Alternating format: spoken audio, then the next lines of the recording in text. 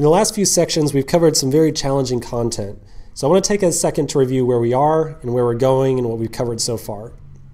If you feel like you're totally comfortable with everything we've been talking about, feel free to skip to the video. Otherwise, stick around for a little bit. So to review, we're building an application that will allow users to search for YouTube videos. So far, we've covered numerous core React topics, including JSX, components, and state inside of our search bar. Some of these topics have been interwoven with ES6. For example, we've discussed classes, arrow functions, and import and export statements.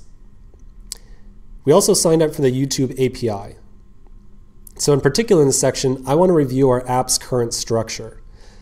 First, our app starts inside of index.js, where we define a base component called app. Index imports the component search bar into it and then renders it inside of its render method, or inside of the app component right here. Right now, app is a functional component because it doesn't have any concept of state.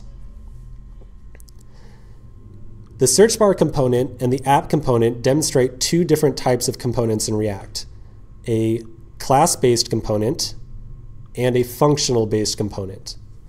Class-based components are used whenever we have a component that needs to be aware of state in some fashion. So, data is changing over time, we're reacting to user events, and we need to keep track of, some aspect of state from render pass to render pass.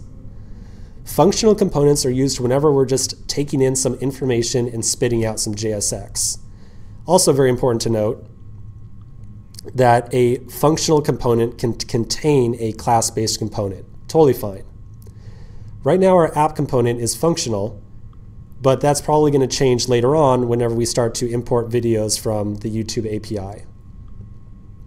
Finally, our search bar component makes use of state by updating the user input whenever the state changes. Whenever the user enters some text, we first update the state, which causes the entire component to re-render. We made the component, the input element here, a controlled component by telling it to receive its value from state.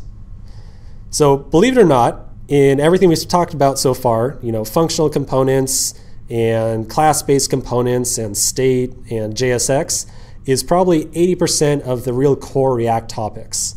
So we've gone through some really slow process so far, but the remaining amount of this app is actually going to go by much more quickly since we've gotten through a lot of the tough stuff already.